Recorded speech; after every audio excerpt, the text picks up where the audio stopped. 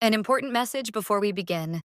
This AI-generated video podcast is intended solely for general learning and educational purposes.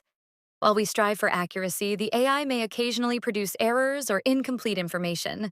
Please consult qualified professionals and conduct your own research before making any legal, financial, or business decisions based on this content. All right, let's dive in. You've given us the map for this deep dive. A whole load of notes, articles, and importantly, bits straight from a court judgment. That's right. It's all focused on a specific patent case over in India. It involves a Japanese pharmaceutical company called Zeria Pharmaceutical, yeah. And we're looking at why their patent application for a particular chemical compound ultimately got refused. Exactly.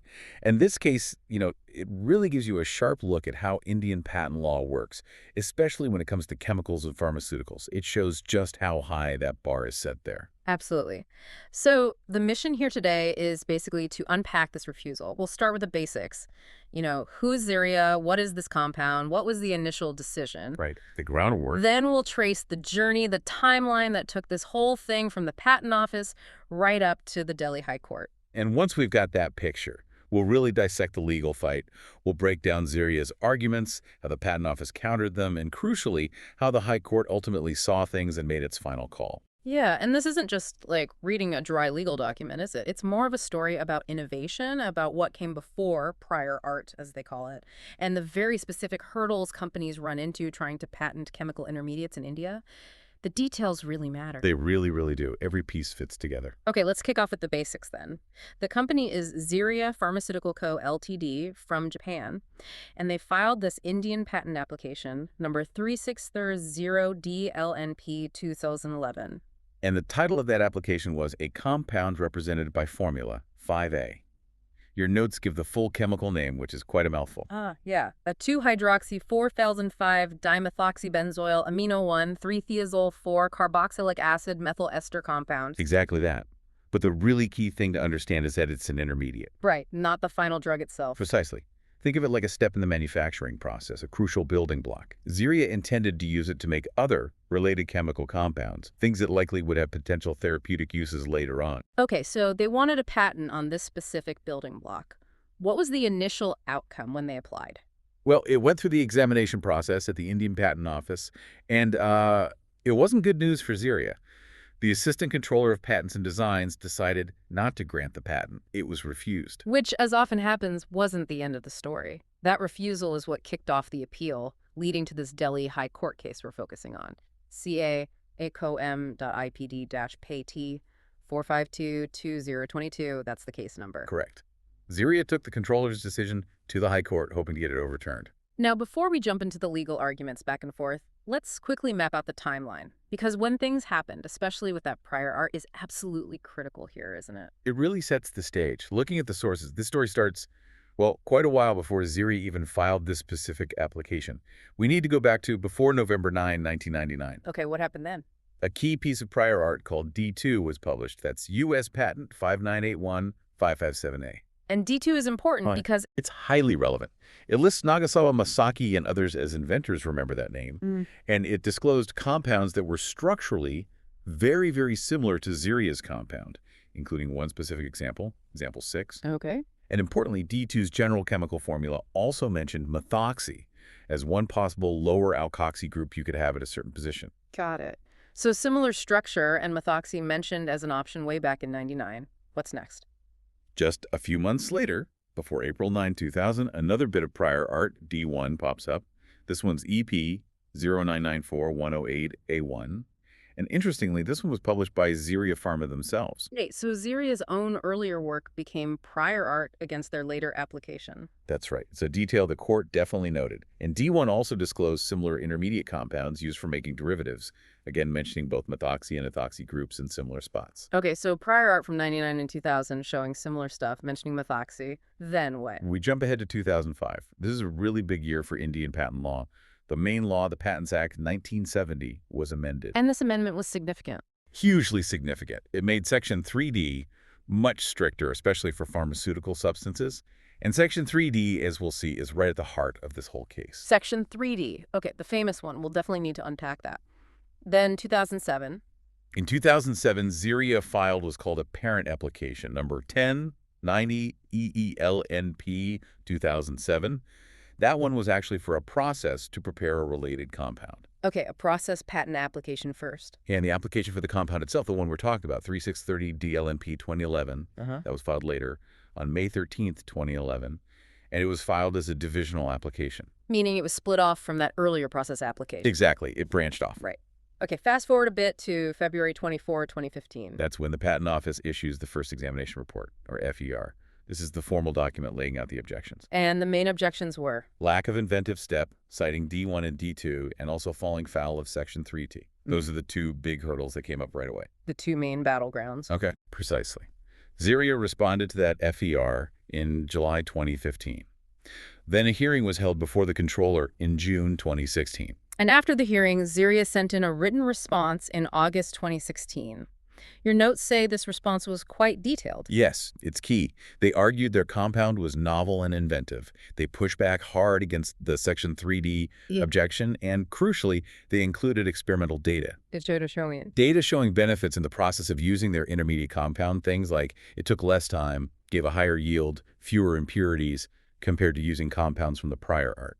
Process improvements, essentially. Right. But, and this is really important, they explicitly stated in that response that it wasn't really feasible to show therapeutic efficacy for an intermediate compound like this. Okay, hold that thought on therapeutic efficacy. Sounds like it's going to be important. So the final decision from the Patent Office came when? October 20, 2016. The Assistant Controller issued the final order. And the verdict? Confirmed the objections, refused the application under Section 15 of the Act. They upheld the finding of lack of inventive step under Section 2.1, blaming D1 and D2, and they also upheld the finding that the compound fell under Section 3D. Refused, which then led Zeria to appeal to the Delhi High Court. Filing that case around 2022, the court heard it all, thought about it, and reserved judgment on April 23, 2025. Leading up to the final judgment delivered by Justice Saurabh Banerjee on May 27, 2025. And that brings us right up to date on the timeline. Great timeline covered. Now let's get into the legal nitty-gritty. You mentioned Section 2.1 and Section 3 were the two main reasons for refusal. Let's break those down. Start with 2.1. Okay, Section 2.1. This basically defines what an inventive step is. For something to be patentable, it can't just be new. It also needs an inventive step. This means the invention shouldn't be obvious to a person skilled in the art, often called a PSA. A PSIDA. So like a hypothetical average chemist working in that specific field. Pretty much, yeah. Someone with a standard knowledge and skills in that area.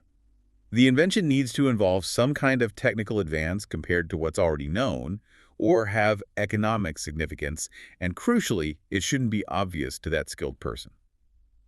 So the question is, looking at the prior art, like D1 and D2, would our hypothetical chemist easily think of making Zeria's exact compound? Would it just be a routine step? That's the essence of the inventive step test. Yeah. Was there real ingenuity involved, or was it just tinkering? Okay.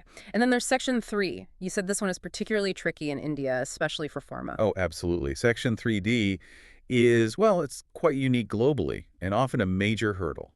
It says that the mere discovery of a new form of a known substance isn't patentable unless that new form results in a significant enhancement of the known efficacy of that substance. Okay. Significant enhancement of efficacy. Exactly. And there's an explanation attached to 3D that's really important here. It clarifies that things like salts, esters, polymorphs, basically derivatives of known substances, are generally considered to be the same substance. Even if they have a slightly different chemical structure. Yes, unless they can show that significant difference in efficacy. And Zeria's compound, being a methyl ester compared to the ethyl ester in D2's example 6, falls right into this derivative category. So even if Zeria's compound was technically novel, Section 3D could still block it if it's seen as just a new form or derivative, unless they prove this significant enhancement of efficacy. Precisely. And here's the absolute crucial point, cemented by the Indian Supreme Court in the huge Novartis case. The Galeevik case. That's the one. The court ruled that for chemical substances, especially those related to medicines or used to make them, efficacy in Section 3T means therapeutic efficacy. Ah, so it's about how well the drug works in the body, treating the disease. Yes. It's interpreted very strictly and narrowly. It's about the therapeutic effect.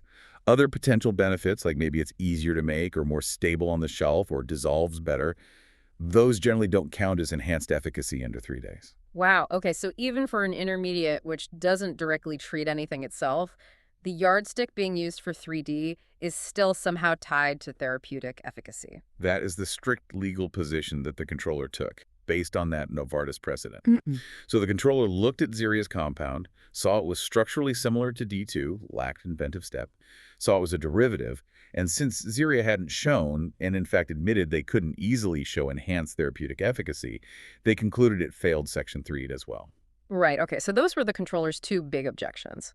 When Zeria appealed to the High Court, how did they try and argue against that? Let's start with the inventive step part. Okay, so Zeria came out swinging on inventive step. First, they argued the controller got the prior art wrong, particularly D1. They claimed D1 actually taught away from their invention. Meaning D1 pointed researchers in a different direction entirely. Sort of, yeah.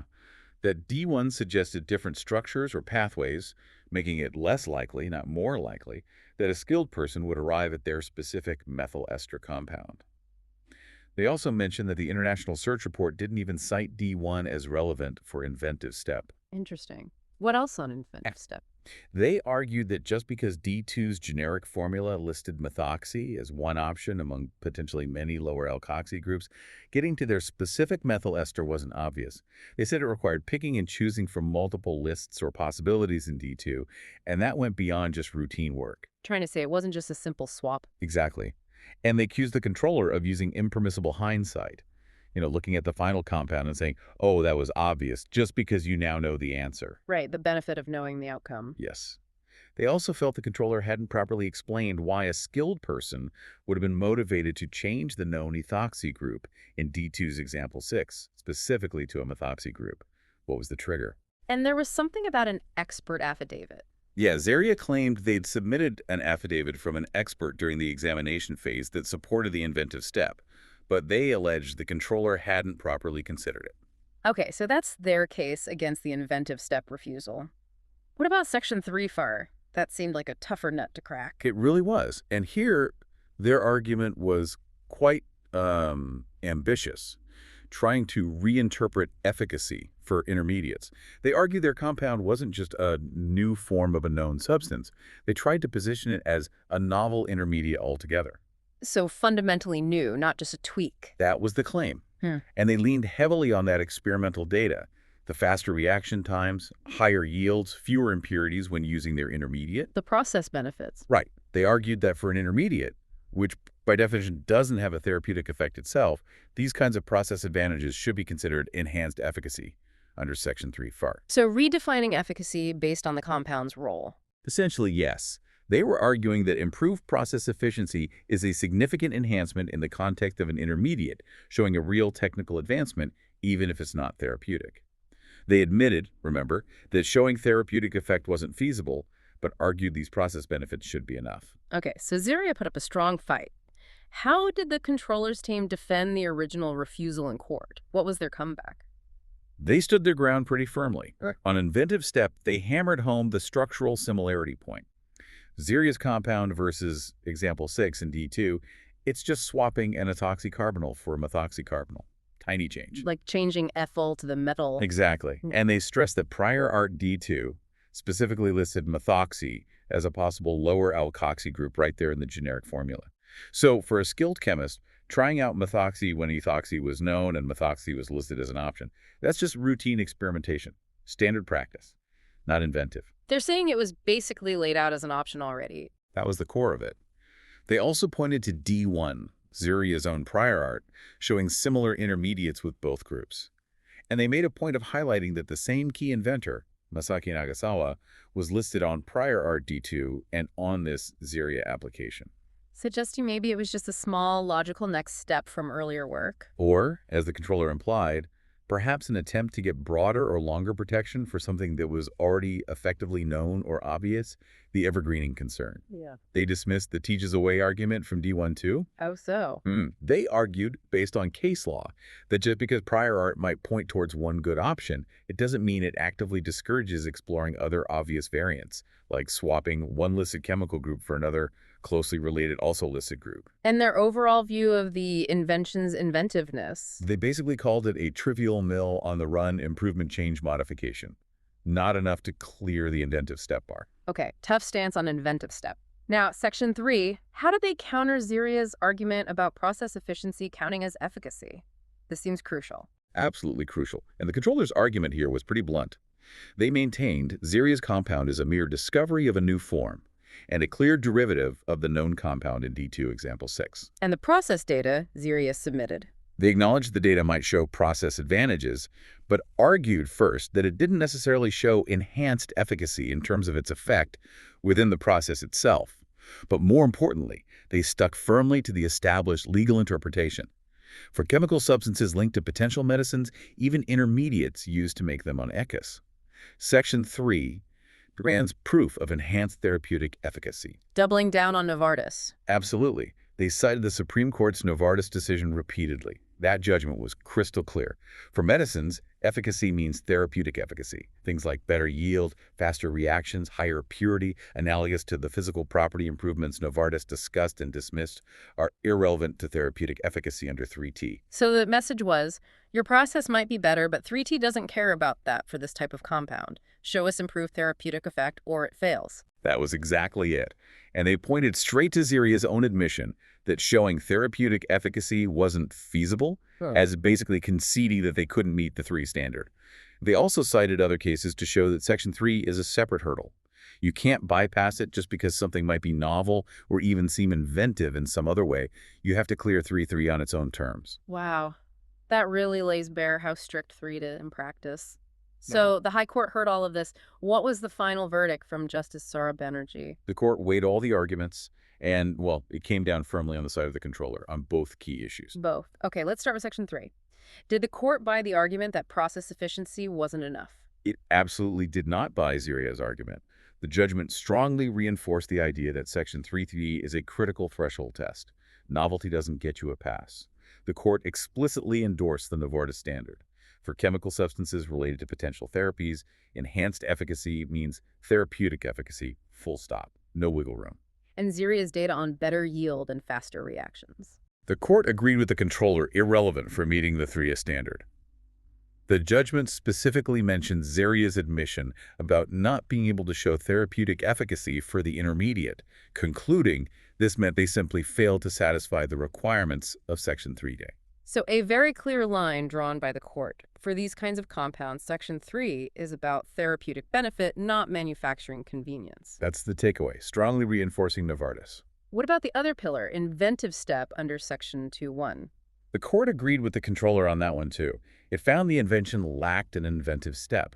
The judgment went through the standard 3-part test, from cases like Agribord, look at the prior art, look at the claim, assess obviousness to a PSIDA. And applying that test here led them to.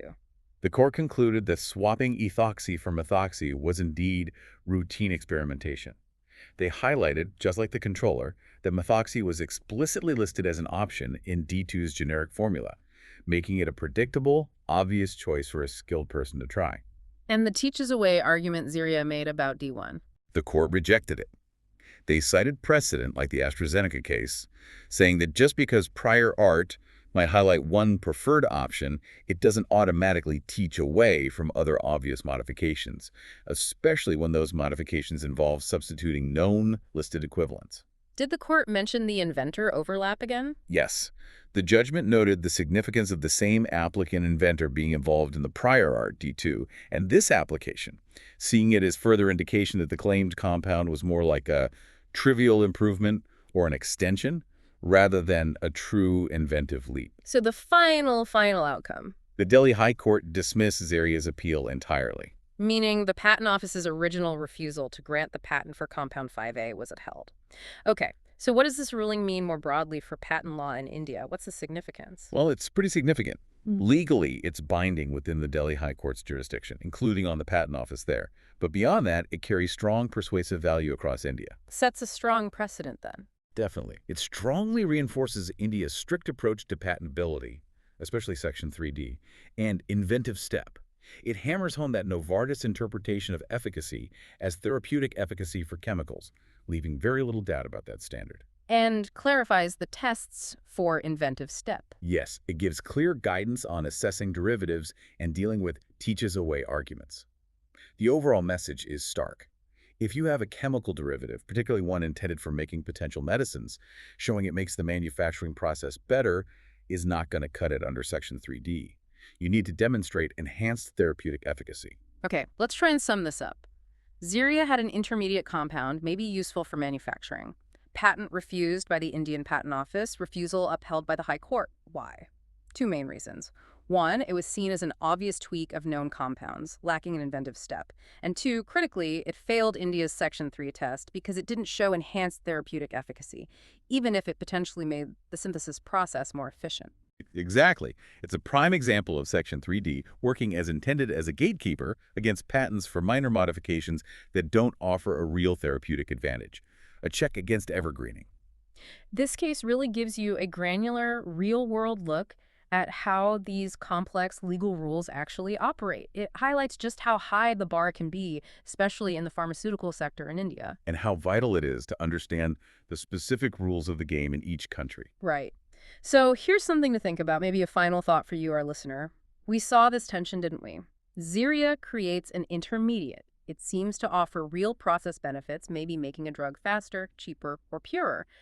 But the law, as interpreted here, says those benefits aren't enough for a patent on the intermediate itself. It demands enhanced therapeutic efficacy, which is tough for an intermediate. So how does the balance work out? Prioritizing therapeutic gains over process gains for intermediates under Section 3D, how might that affect the pace of innovation versus ensuring access to affordable medicines, particularly in a context like India's? What stands out to you about where this case leaves things?